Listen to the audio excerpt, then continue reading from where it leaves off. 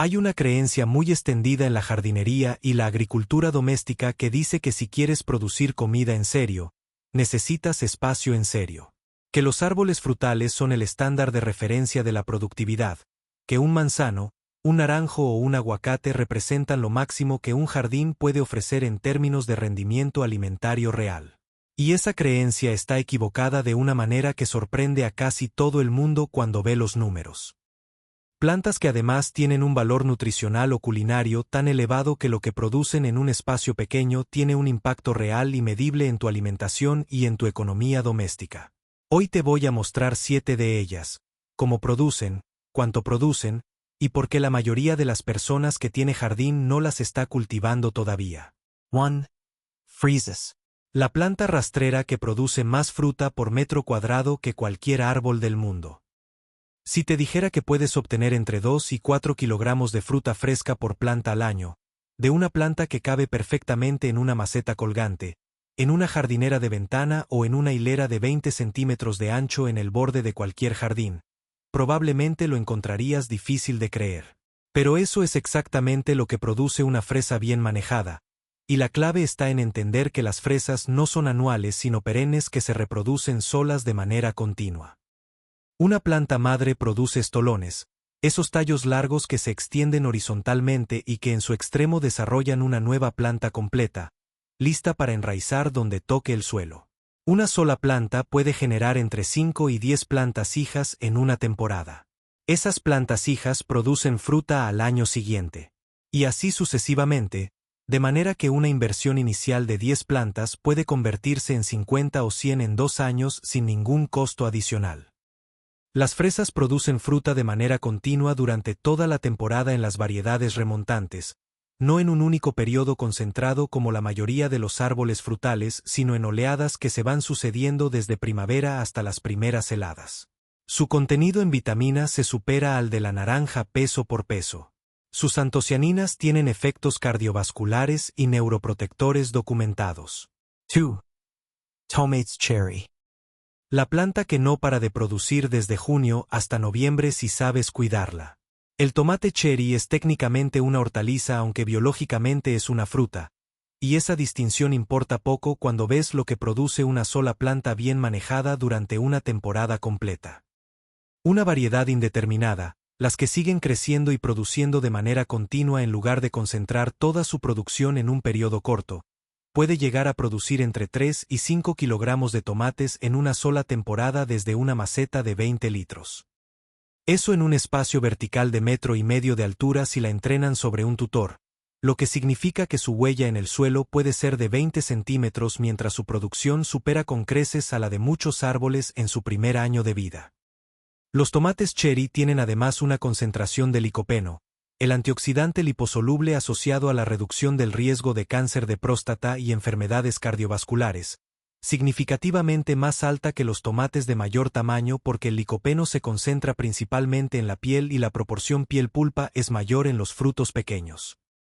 La clave para maximizar la producción es la poda de brotes axilares, ese brote que sale en el ángulo entre el tallo principal y las ramas laterales y que si se deja crecer convierte la planta en una selva de hojas que produce poca fruta.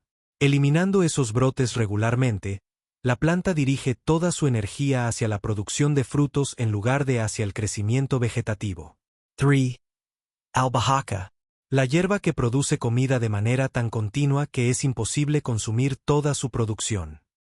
La albahaca tiene una propiedad productiva que la diferencia fundamentalmente de cualquier árbol frutal. Cuanto más la cosechas, más produce. Los árboles frutales dan su cosecha en un periodo determinado y luego hay que esperar al año siguiente. La albahaca, podada correctamente y cosechada regularmente, entra en un ciclo de producción continua que puede durar toda la temporada cálida. El mecanismo es simple. Cuando cortas los tallos justo por encima de un par de hojas, la planta responde produciendo 2 nuevos tallos en ese punto en lugar de 1. Cada corte duplica el número de puntos de crecimiento activos. Una planta que empieza con un tallo principal puede tener 8 o 16 ramas productivas después de 3 o 4 podas bien ejecutadas, produciendo una cantidad de hojas frescas que para la mayoría de los hogares es más de lo que pueden usar directamente. Eso tiene una implicación económica concreta. Un manojo de albahaca fresca en el supermercado cuesta entre $1 y $3 y dura 2 o 3 días en el refrigerador antes de empezar a deteriorarse. Una planta de albahaca en maceta produce ese manojo equivalente cada semana durante meses, desde un espacio que puede ser literalmente el alféizar de una ventana soleada. 4 chiles y pimientos. La planta que produce cientos de frutos desde un contenedor de 20 litros. Hay algo en la productividad de los chiles y los pimientos que resulta casi increíble hasta que lo ves con tus propios ojos. Una planta de chile pequeño, de esas variedades compactas como el chile piquín, el thai o el serrano, puede producir literalmente cientos de frutos en una sola temporada desde una maceta que cabe en cualquier balcón. Una planta de pimiento morrón bien manejada puede producir entre 30 y 50 frutos grandes en un ciclo de cultivo, cada uno vendiéndose en el supermercado a un precio que hace la cuenta muy fácil de hacer. La razón por la que los chiles y pimientos son tan productivos por unidad de espacio es que son plantas perennes en climas cálidos, es decir que no mueren al final de la temporada si las proteges del frío, y que una planta bien establecida produce más cada año en lugar de menos. En México y en muchas regiones de Centroamérica es común ver plantas de chile piquín de varios años de edad, con troncos leñosos del grosor de un pulgar, produciendo de manera continua durante la mayor parte del año en espacios de jardín no mayores de medio metro cuadrado. 5 acelgas y espinacas. Las plantas de hoja que producen comida verde continua durante meses sin interrupciones. Las verduras de hoja son la categoría de plantas alimentarias con mayor rendimiento por metro cuadrado de cualquier sistema de producción doméstica, y entre ellas la acelga es posiblemente la campeona indiscutible en términos de continuidad y volumen de producción. Una acelga bien establecida puede cosecharse de manera continua durante 10 o 12 meses al año en climas templados, simplemente cortando las hojas exteriores más desarrolladas y dejando que el centro de la planta siga produciendo nuevas hojas. No hay árbol frutal que produzca alimento de manera tan ininterrumpida.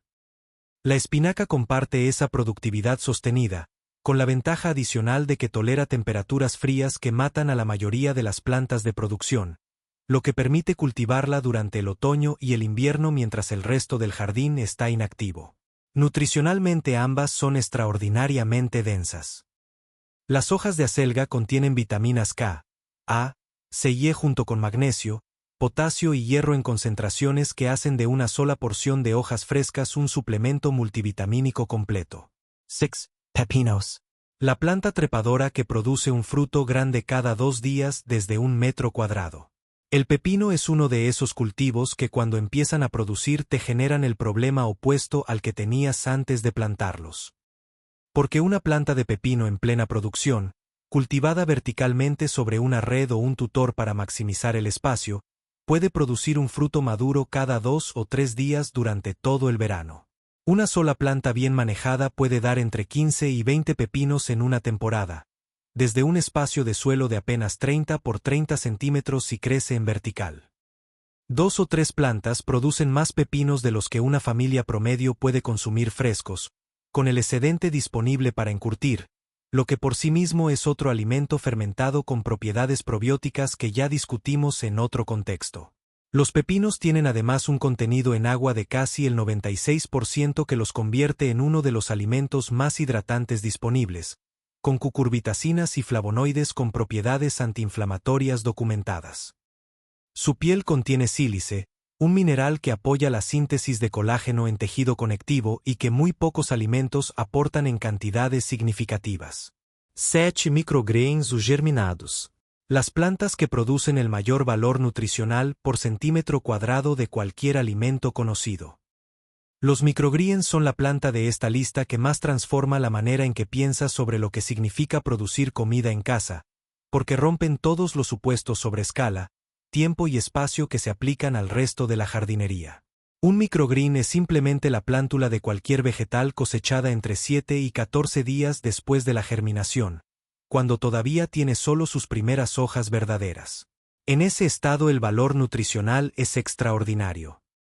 Los estudios de Luzda y de la Universidad de Maryland han demostrado que los microgreens contienen entre 4 y 40 veces más vitaminas, minerales y fitoquímicos que las plantas adultas de las mismas especies.